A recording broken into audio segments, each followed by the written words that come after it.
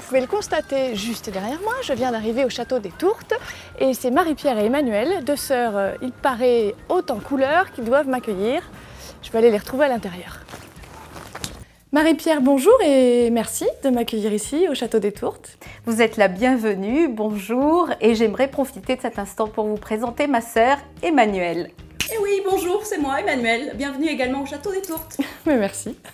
Alors Emmanuelle, racontez-moi un peu l'histoire de ce château des Tourtes. Nos parents ont commencé dans les années 60 et nous sommes revenus, ma sœur et moi, en 97 avec nos maris respectifs. Alors pourquoi les Tourtes? Ça vient du patois tourterelle. À l'époque, quand mes parents ont choisi le nom, on avait énormément de tourterelles sur la propriété. Donc on a décidé de garder le nom. Exactement, le château des Tourtes. Voilà. Quel est votre rapport à la clientèle? Alors, nous distribuons notre vin au CHR, aux cavistes indépendants. CHR, qu'est-ce que c'est? Café, hôtel, restaurant. D'accord. Et une grande partie qui représente environ 40% à l'export et évidemment la vente sur la propriété. Marie-Pierre, vous revoilà. Alors justement, Emmanuel me parlait de la vente directe à la clientèle. Vous accueillez les gens directement ici sur la propriété? Alors ça, c'est vrai que le no-tourisme, puisque c'est comme ça que ça s'appelle, fait partie d'une activité prépondérante sur le domaine. Et alors, qu'est-ce que vous proposez comme offre œnotouristique? On a une activité, je dois dire, qui reçoit un succès colossal, qu'on a appelé étape œnologique. Et là, on propose à nos visiteurs de pouvoir déguster 6 vins en style monocépage, vinifiés et élevés dans les différents modes, soit d'élevage, soit en cuve, soit en barrique.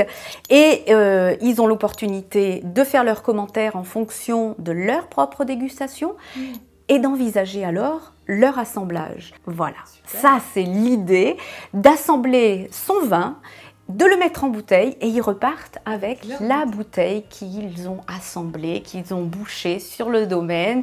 On a la possibilité de leur faire une étiquette, donc ils personnalisent vraiment le flacon qu'ils ont concocté. C'est un vin sur mesure. Mais c'est exactement ça. Ça a l'air bien rodé, tout ça assez moderne. Vous êtes présent sur les réseaux sociaux, non, j'imagine?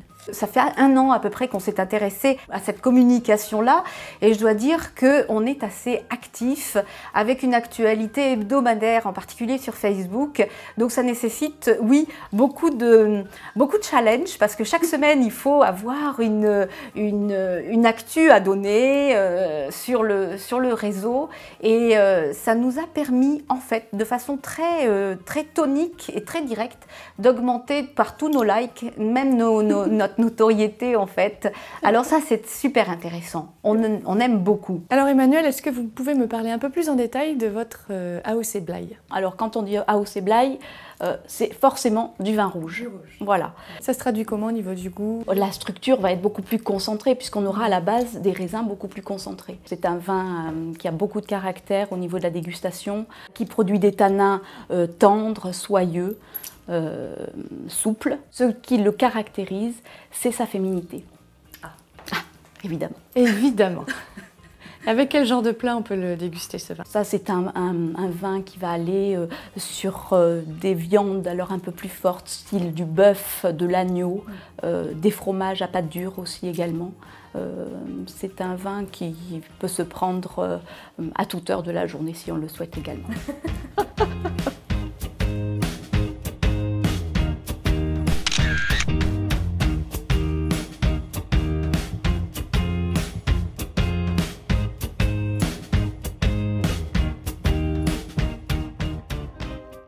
Je vais retourner sur la route à la rencontre d'autres viticulteurs. Mais avant ça, je me ferai bien une petite sieste, moi. Salut!